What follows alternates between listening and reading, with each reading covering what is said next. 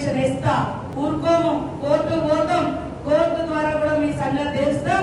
నిన్న మొన్నటి నుంచి మేము ఊర్లలో ఫోన్లు పంచుతా ఉన్నాం. పాపం అందరూ టీచర్ అమ్మలు సంతోషపడతా ఉన్నారు. మరి ప్రజలు సంతోషపడితే కళ్ళల్లో నిప్పులు పోసుకునేది బీఆర్ఎస్ పార్టీ. ఏది ఇచ్చినా, ఏ పథకం ఇచ్చినా తప్పుడు ఆరోపణలు చేస్తారు. మనం బస్ ఫ్రీ వచ్చిన 48 గంటల్లోనే బస్ ఫ్రీ పెట్టినాం. దాని మీద దొంగ వీడియో చేసి ఇద్దరు పాల మనుషులు పోతారు, తగాదాలు పెట్టిస్తారు. తగాదాలని కొట్టుకొని మేము ఫోటో తీస్తాం, అది వీడియో పెట్టమంటారు. అట్లాంటి పెట్టించి బస్ ఫ్రీ వేస్ట్ అనేది సృష్టించారు. ఇవాళ కరెంట్ ఫ్రీ వస్తుంది, అది ఏం రావట్లేదు అంటాడు. బోనస్ వస్తే అది రాదంటాడు. ఈ రోజు ఫోన్ ఇస్తుంటే ఇలా సీతక్క స్కామ్ అంటున్నారు. ఏ స్కామ్ జరిగిందంటే వారు ఏమంటారంటే, మేము కేంద్ర ప్రభుత్వం మాకు ఇచ్చింది 11,800 రూపాయలలో మీరు ఫోన్లు కొనాలని ఇచ్చారు. మనం ఒక్కసారి టెండర్ వేస్తే ఒకటి 14,000 అయితేనే ఇస్తాను వచ్చి 14,000 ఒక ఫోన్ మేము ఇయ్యం బాబు అని మళ్ళా టెండర్ పిలుసు.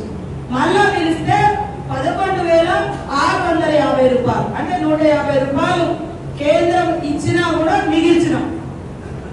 ఇదే పక్క రాష్ట్రాలలో బీజేపీ రాష్ట్రాల్లో కూడా 11,800 కొన్నారు, 700 కొన్నారు. మేము 11,650 కొంటే వాడు ఏమంటాడు, బీఆర్ఎస్ నాయకుడు, బీఆర్ఎస్ సోషల్ మీడియా 14,000 కొన్నారు అంటారు. అది 11,650 కొంటే 14,000 ఎక్కడ వచ్చినాయి? మరి ఆధారం ఉంటే చూపించాలి కదా. వాడు ఏం ఆధారం చెప్తాడు? ఫస్ట్ సార్ ఒక టెండర్ అయినప్పుడు ఒకడు 14,000 వేసారు, మేము అది క్యాన్సల్ చేసినాం. మరి క్యాన్సల్ చేసి చూపిస్తలేదు ఇక్కడ. మరి మేము ఇచ్చింది 11,650 అయితే 14,000 దొంగ లెక్క చెప్పి అవినీతి సీతక్క అని మాట్లాడు. చెప్పు తెగుద్ది, తప్పుడు మాటలు మాట్లాడాలి, చెప్పు తెగుతుంది. ఇవాళ టెండర్ వేసింది కూడా నా శాఖ కాదు, నేను కాదు, ఒక థర్డ్ పార్టీకి ఇచ్చినాం. టీజీటీఎస్ టెక్నికల్ మన తెలంగాణ టెక్నికల్ సర్వీస్ కార్పొరేషన్ వాళ్ళకి ఇచ్చినాం.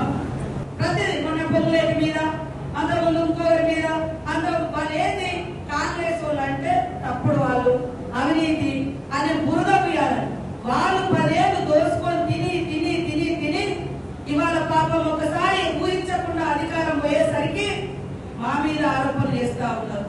నీకు దమ్ము ధైర్యం ఉంటే నువ్వు అంటున్నావు కదా, మరి మేము 11,650 కొన్న ఫోను నువ్వు 14,000 అంటున్నావు కదా, ఎక్కడదో ఆధారం చూపించకుండా చిల్లర మాటలు మాట్లాడితే ఖచ్చితంగా ఇన్ఫర్మేషన్ ఇస్తా, తప్పదని ఊరుకోము, కోర్టు పోతాం, కోర్టు ద్వారా కూడా మీ సంగతి తెలుస్తాం.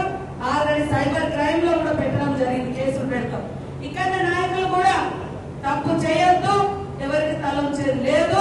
ఎవరైనా తప్పుడు ప్రచారం చేస్తే కూడా ఖచ్చితంగా తాట తీయాలి, కేసులు పెట్టాలి. మన వాళ్ళు ఏమనుకుంటారు, ఎవరు ఇచ్చింది కానీ వాళ్ళందరూ తెలిసి అక్క మనం కరెక్ట్ గానే ఉన్నామని, మనకున్నవని మనకు తెలుసు. కానీ ఆ తప్పును పురంతా ప్రచారం చేస్తుంటారు. ఇక్కడ కూడా మనం చేసే అభివృద్ధి కార్యక్రమాల గురించి బలంగా చెప్పుకోవాలి.